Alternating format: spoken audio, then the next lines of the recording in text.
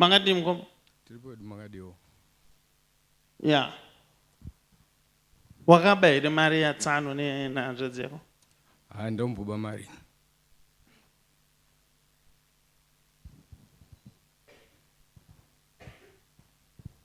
But tsano vari kuti wakaba mari yavo.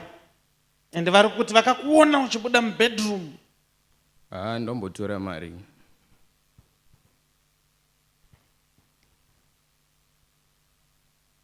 Saka mubedroom mavo waite? Bedroom ndakapinda asa ndombotora mari munhu.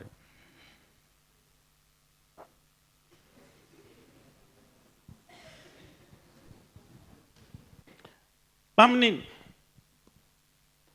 Mubedroom maitsvagei kana musina kuba mari?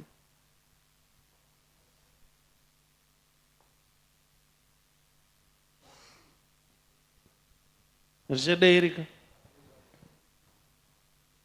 Now, nyaya yako iyi ndoda kuti ndikubatsire. I just need someone to play worship song. Just sing a worship song for me. Moyo wangu vuma, vuma, vuma. Moyo wangu vuma, vuma kuna my soul say yes, say yes, say yes. My soul say yes to your will. Where you lead me, I will follow. When you call me, I will answer. Oh my Lord, lay your hands over me. Be my light, be my guide, be my way, be my will. Oh my Lord, lay your hands over me.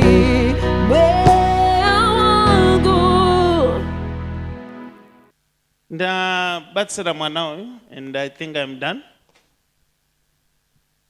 So dambudziko raminaro nderekuda kuziva nyaya dzevanhu. Iroro ndo weakness hombe. Ndamuvimbisa kuti handife ndakaudza vanhu nyaya yako. Handitaudi undiudze vanhu mukomana? Ichokwadi munhu waMwari. Haadi undiudze vanhu. Ati ndisataurire vanhu nyaya yake. Asi chokwadi ndechekuti mukomana hake mari anoita sei? Haana kuba. Akangoonekwa achibuda mubedroom. Mistake yakangoitika ndeyekuti anga asina. Abva angoti achionekwa akabva atiza paya. Iye asina kuba hake ndo mistake yaakaita. But semunhu wandavimbisa kuti handichataura, regai ndichimirira pano. Young man, Mwari anokuda. Nyaya dzako handisi kutaura zvangu. Ndichangoti taure mbijana.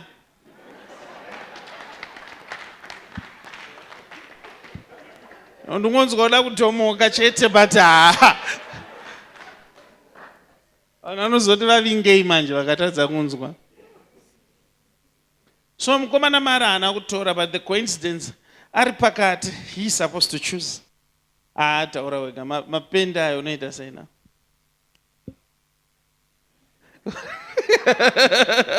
Alright, kanimutaurire ndega hazvonetsa. So nyaya iringonetsa ndeyekuti mukomana uyu akapinda mubedroom asisi. Fine. Mari inogara muwardrobe.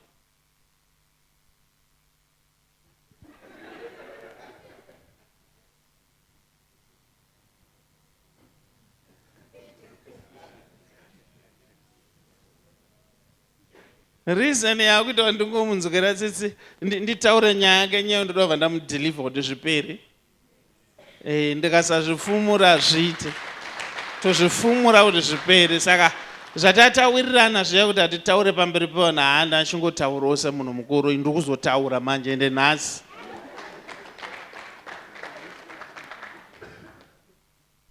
So nyaya yake iripo ndeyekuti akapinda mubedroom, but ane katsika kake kaanoita. Katsika kake ndechekuti ane imwe addiction iri pari, so anonopinda mumadrowa imomo achinotora mapendi zvahanzvadzi yake, amene zvaanenge achiita nazvo. Saka akasvikirwa manje natsana arimo, ndizvoka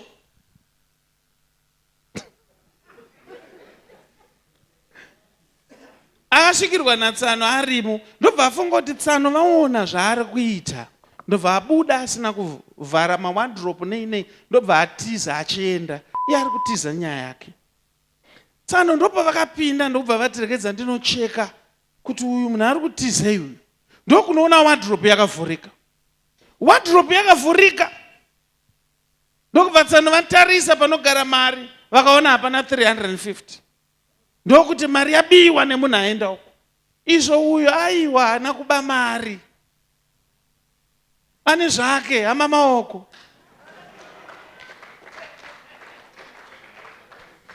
Babonyu.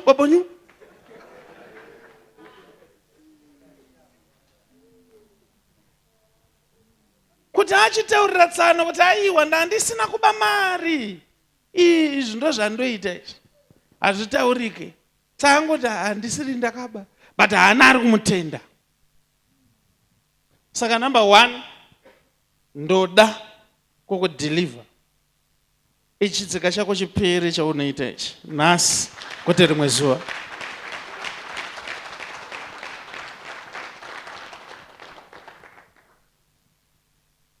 Nditori netimu rakawanda rinozviita panapa.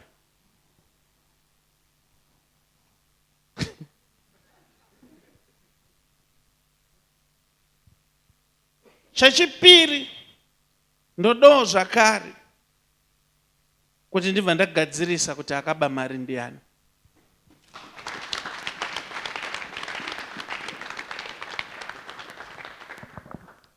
Mwari wangu nababa wangu ndinonamata, nyaya dzavo ngadzinake nezita raJesu.